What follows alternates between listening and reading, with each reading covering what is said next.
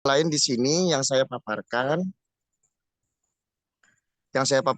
di antara lain diskusi interaktif ya. Jadi peserta didik dibentuk kelompok untuk berdiskusi agar kegiatan dalam pembelajaran itu lebih aktif.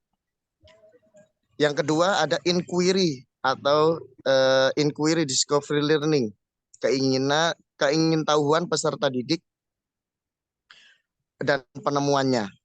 Yang ketiga ada student centered learning, berpihak pada peserta didik. Dan yang keempat ada PBL, yaitu problem based learning, berbasis terhadap pemecahan suatu masalah. Jadi peserta didik diberikan masalah agar bisa terpecahkan bersama-sama. Dan yang keempat ada project based learning, yaitu pembelajaran berbasis project. Jadi seorang guru bisa memberikan arahan kepada siswa untuk pembuatan suatu project dari hasil karyanya dalam pembelajaran. Dan selanjutnya ada collaborative learning, pembelajaran berbasis kolaboratif. Selanjutnya, di dalam tujuan mata pelajaran pendidikan Islam, di antara lain di sini memiliki ada 6 tujuan mata pelajaran pendidikan agama Islam. Yang pertama, guru memberikan bimbingan kepada peserta didik agar baik atau mantap spiritualnya, berakhlakul mulia, selalu menjadi kasih sayang dan sikap toleran sebagai landasan dalam hidupnya.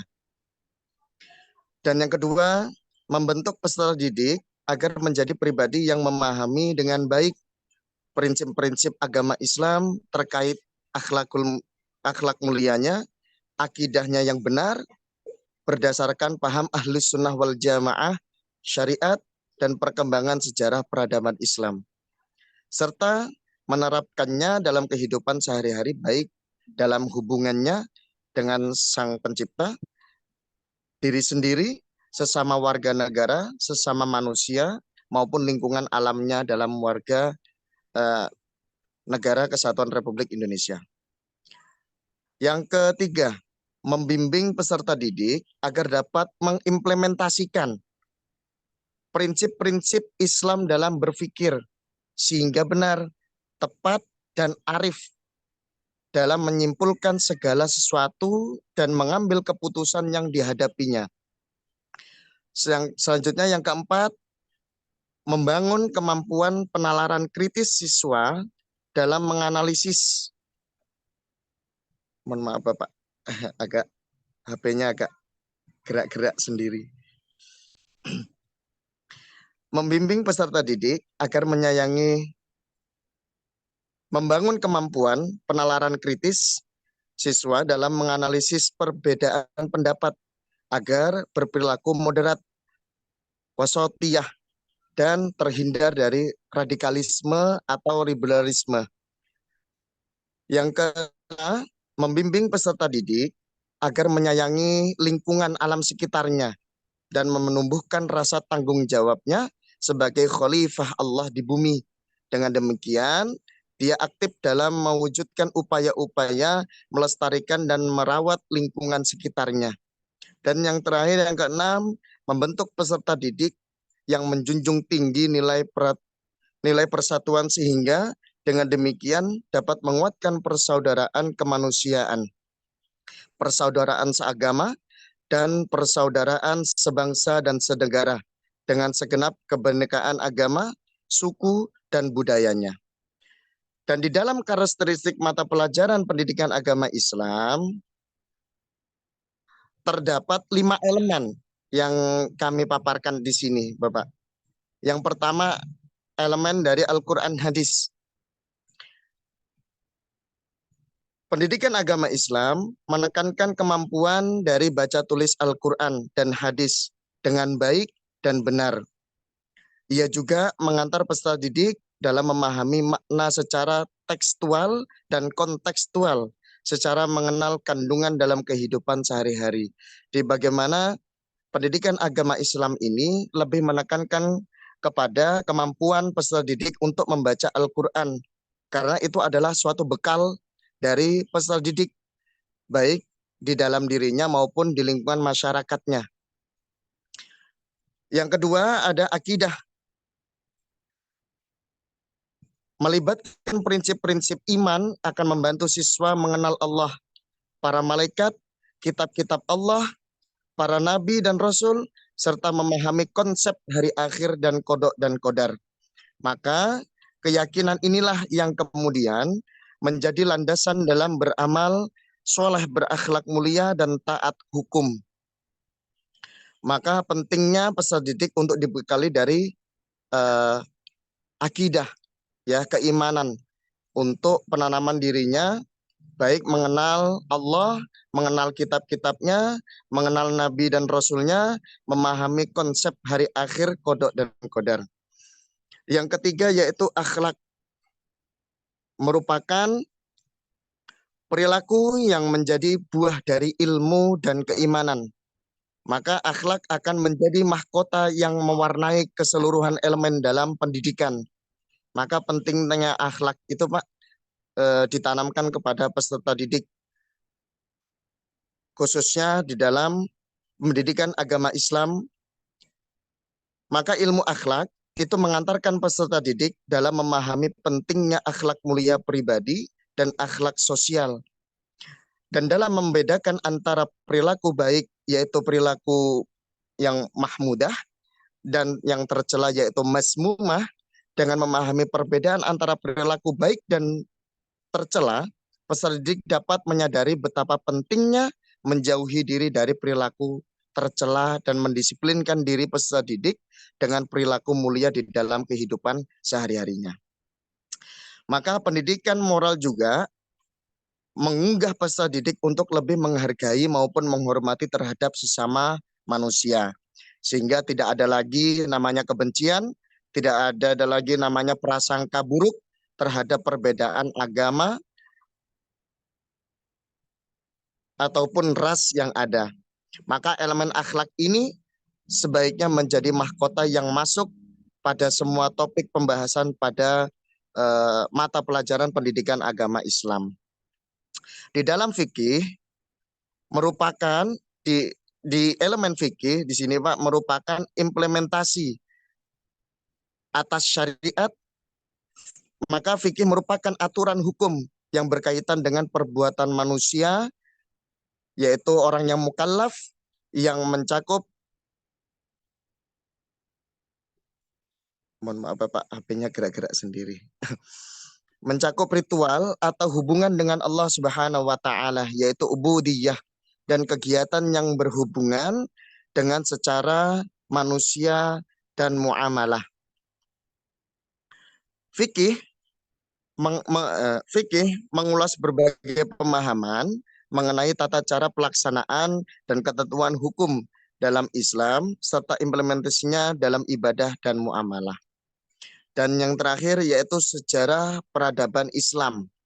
Di dalam sejarah peradaban Islam, di sini menguraikan catatan perkembangan perjalanan hidup manusia dalam membangun peradaban dari masa ke masa, perjalanan pembelajaran sejarah di sini SPI menekankan kepada kemampuan untuk dapat mengambil hikmah dari sejarah masa lampau, mampu menganalisa berbagai macam peristiwa maupun menyerap berbagai kebijakan yang telah dipaparkan oleh para generasi terdahulu. Maka aspek inilah yang akan menjadi teladan bagi para peserta didik, yaitu ibroh dan menjadi sumber inspirasi bagi generasi penerus bangsa dalam menyikapi dan menyelesaikan fenomena sosial, diantaranya baik dalam budaya, baik politik maupun ekonomi. Maka fenomena lainnya diantaranya yang bertujuan untuk membangun peradaban di negara tersebut, yaitu di zamannya. Di dalam capaian dalam setiap fase, di dalam mata pelajaran pendidikan agama Islam, saya mengambil fase E, Pak. Karena di sini saya mengajar di kelas 10, maka saya mengambil di fase E. Maka di dalam elemen Al-Quran dan hadis, peserta didik di sini mampu menganalisis ayat Al-Quran yang perintah untuk berkompetisi dalam kebaikan dan etos kerja, serta larangan pergaulan bebas dan zina. Dapat membaca Al-Quran dengan tartil, menghafal dengan fasih, dan lancar ayat Al-Quran serta hadis tentang perintah untuk berkompetisi dalam kebaikan dan etos kerja, serta bahaya dari pergaulan bebas dan zina. Pada unsur elemen akidah di sini, siswa menganalisis makna yaitu su'abul iman.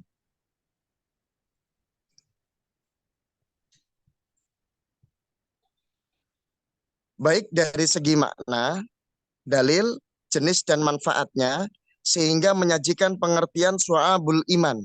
Pengertian dalil, jenis, dan manfaatnya, percaya bahwa di dalam keimanan ada banyak cabang, dan mengambil sikap dan karakter tertentu untuk mencerminkan cabang-cabang keimanan dalam kehidupan.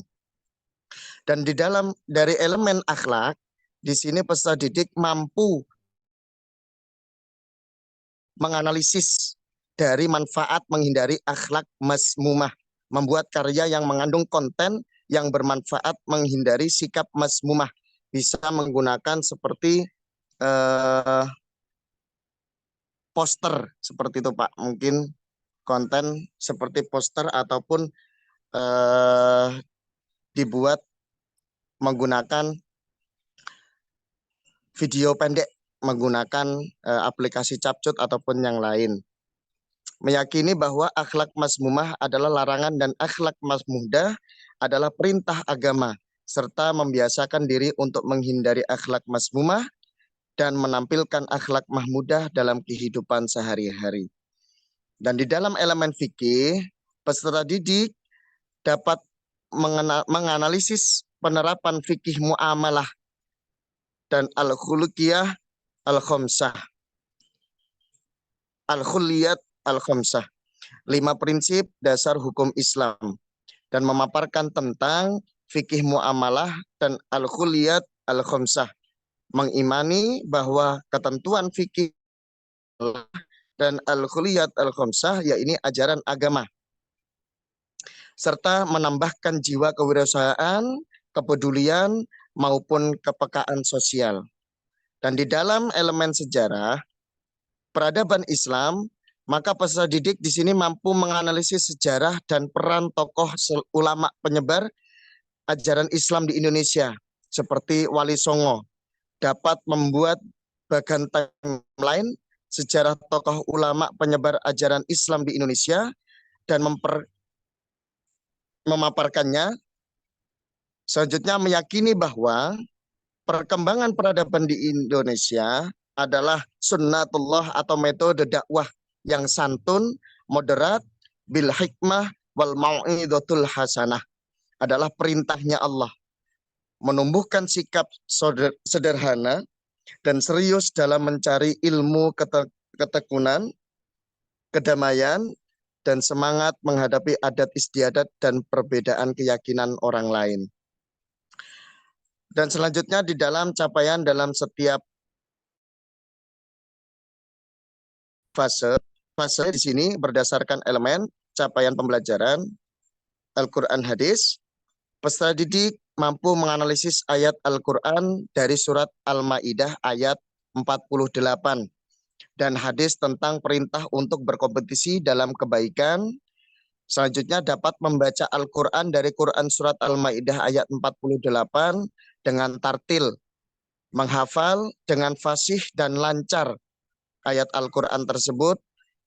Dan ayat Al-Quran, Quran surat Al-Ma'idah ayat 48 dan hadis tentang perintah untuk berkompetisi dalam kebaikan dapat menyajikan konten dan paparan tentang kompetisi dalam kebaikan.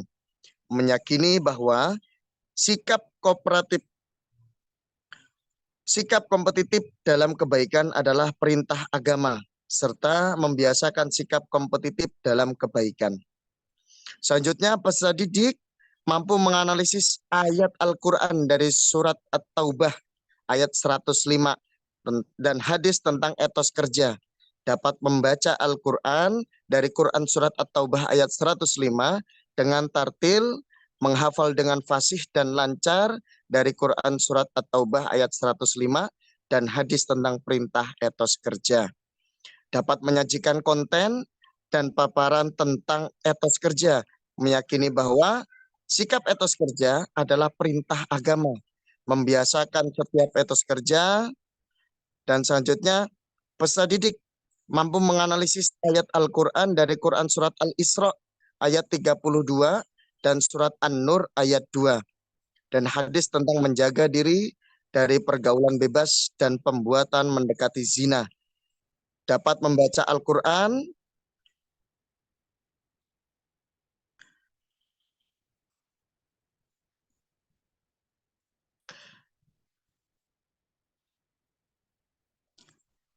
dapat menyajikan konten dan paparan tentang menjaga diri dari pergaulan bebas dan perbuatan mendekati zina. Hampir sama Bapak untuk isinya dari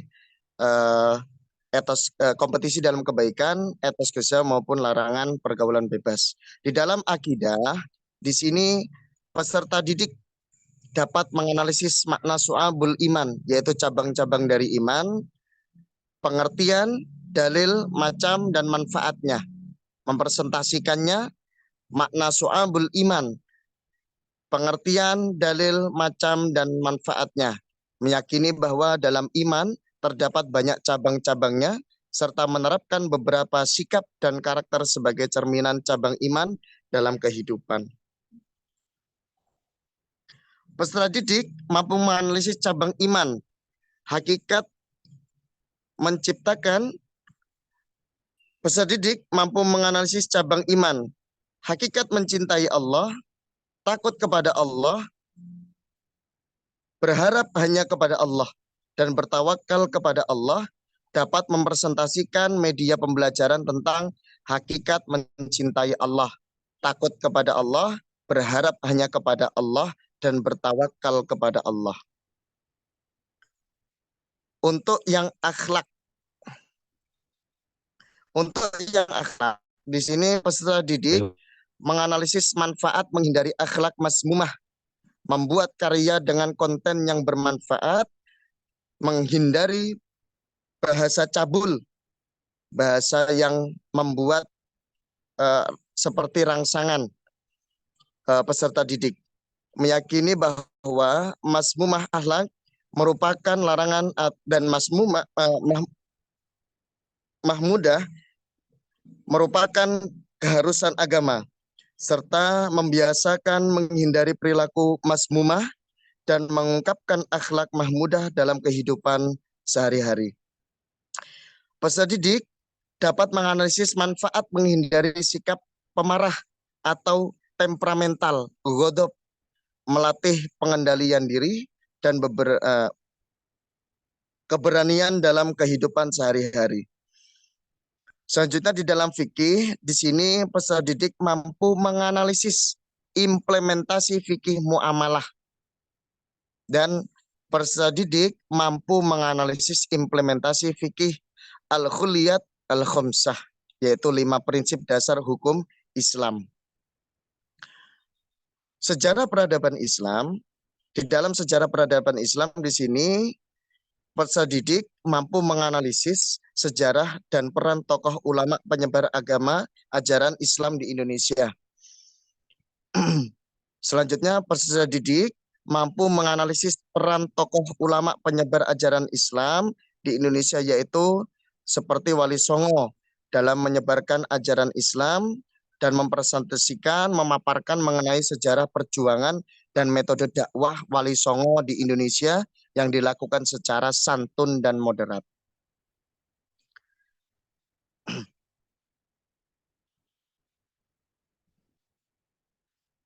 Lanjut Bapak.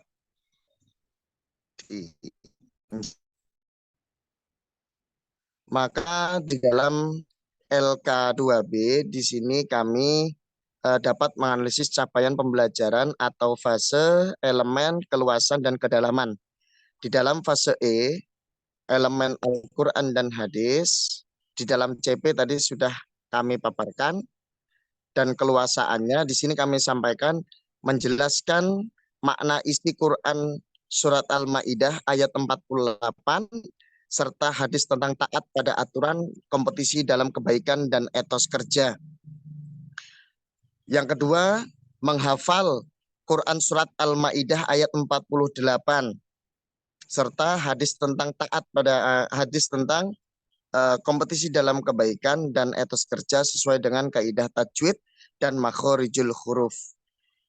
Selanjutnya menyajikan keterkaitan antara perintah kompetisi dalam kebaikan dengan kepatuhan terhadap ketentuan Allah sesuai pesan-pesannya. Kedalamannya di sini dapat kami dapatkan terbiasanya membaca Al-Quran dengan meyakini bahwa kompetisi dalam kebaikan dan etos kerja sebagai perintah agama, bersikap dan bertanggung jawab, berkompetisi dalam kebaikan, kerja keras sebagai implementasi dari pemahaman Al-Quran dan hadis, dan membiasakan sikap kompetitif dalam kebaikan dan etos kerja.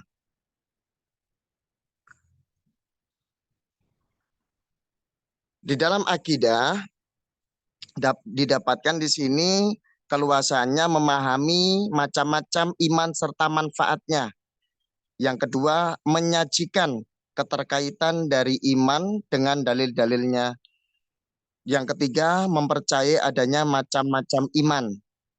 Dan selanjutnya, kedalamannya di sini didapatkan menyebutkan macam-macam iman, menghafal dalil-dalil tentang iman dengan benar, menerapkan sikap iman dalam kehidupan sehari-hari, dan mengambil hikmah dari menghindari sikap mazmumah.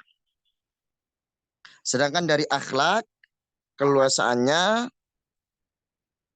memahami pengertian akhlak mazmumah, mempercayai bahwa akhlak mazmumah dilarang dalam ajaran Islam. Dan kedalamannya menyebut contoh-contoh sikap mazmumah, menghafalkan dalil tentang akhlak, mazmumah dan mahmudah.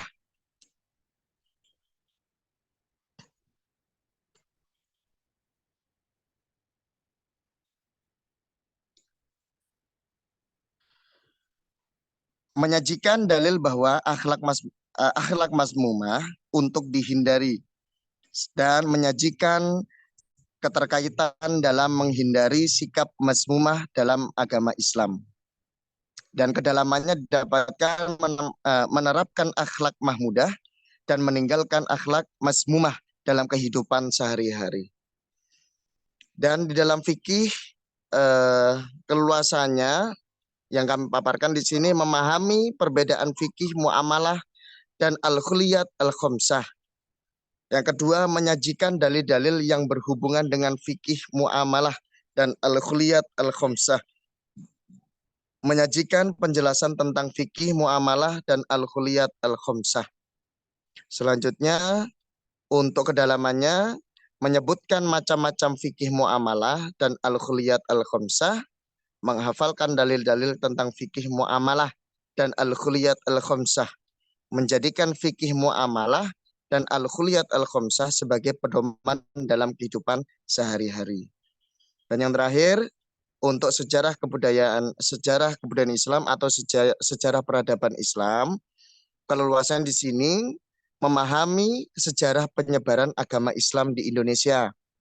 Yang kedua, menyebutkan 10 tokoh-tokoh ulama yang menyebarkan agama Islam di Indonesia.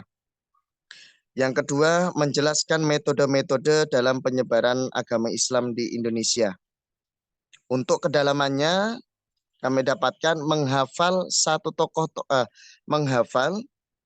tokoh-tokoh ulama yang menyebarkan agama Islam di Indonesia dan menerapkan sikap hidup sederhana para tokoh ulama agama Islam dalam kehidupan bermasyarakat. Mungkin itu Pak yang bisa kami sampaikan dari LK 2. Mungkin ada kurangnya bisa mohon bimbingannya Bapak dosen. Terima kasih Bapak. Baik, Bapak Ibu yang saya hormati. Sebelum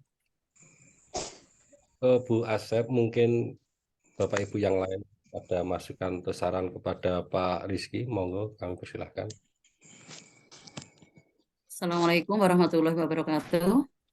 Waalaikumsalam. Waalaikumsalam Ya, warahmatullahi terima wabarakatuh. kasih Pak Sigit atas waktunya dan selamat malam Bapak Ibu sekalian. Eh, untuk Pak Rizky tadi LK-nya sudah cukup panjang juga dan sudah lengkap, nggih.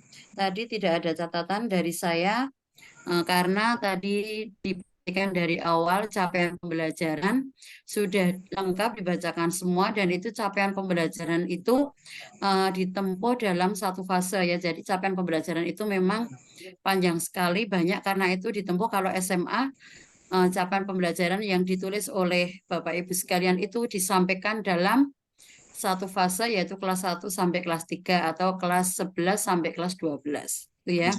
Kemudian tadi dari yang disampaikan Pak Rizky Wahyu tadi untuk kedalaman dan juga apa tadi ya, keluasan dan kedalaman tadi sudah sesuai dengan capaian pembelajaran ya, sudah sesuai karena apa, capaian pembelajaran itu kalau kita apa namanya kita bahas itu memang ada kedalaman dan keluasan, itu tadi juga sudah sesuai ya, sesuai dengan apa yang kita sampaikan kepada siswa yang nanti akhirnya itu juga apa kita buat menjadi TP dan ATP gitu nggih. Ya, itu saja Pak Sigit. Terima kasih karena sudah lengkap, tidak ada masukan. Terima kasih Oke. Bu Asep. Oke, terima kasih Bu Asep. Luar biasa ini Pak Rizky ini sudah lengkap sekali. Terima kasih Bapak. Yang pas ngasih masukan praktis di sekolahan Bu Asep ini, Bu Asep Rumliani. Hanya ini memang yang keluasan kedalaman itu kreativitas Pak Rizky atau Bapak menggeneralisasi atau apa ya istilahnya dari buku atau bagaimana Pak Asep? Saya membaca dulu Bapak. Jadi membaca dulu konsep untuk keluasan dan kedalaman. Setelah itu saya tuangkan melihat dari CP-nya itu Bapak. CP-nya apa CP-nya? CP dari Al-Quran dan hadis tadi Bapak. Ya, Capaian baik. pembelajaran tadi. Saya mencermati sekilas memang sudah lengkap ya, sudah ada C4, C5, C6, menganalisis itu kan C4 ya. Ada membuat karya itu C6, ada mensintesis juga itu C5. Hanya di keluasan kedalaman kalau bisa hemat saya ditambah itu Pak. Karena gini, rata-rata itu menganalisis semua ya. Menganalisis itu artinya apa Pak Rizky? Menganalisis. Siswa menganalisis itu siswa yang bagaimana ini? Kalau menghafal, memahami itu kan masih C2, mengetahui C1, Bapak. mengaplikasikan masih C3. Kalau menganalisis itu kan cenderung Kalau menganalisis itu seperti suatu kegiatan untuk bagaimana memeriksa atau memeriksa menyelidiki data. Ya, suatu menyelidiki. peristiwa Nah, melalui data ataupun keadaan yang sebenarnya gitu Pak. baik, sudah dicek di keluasan dan kedalaman di data tidak kira-kira.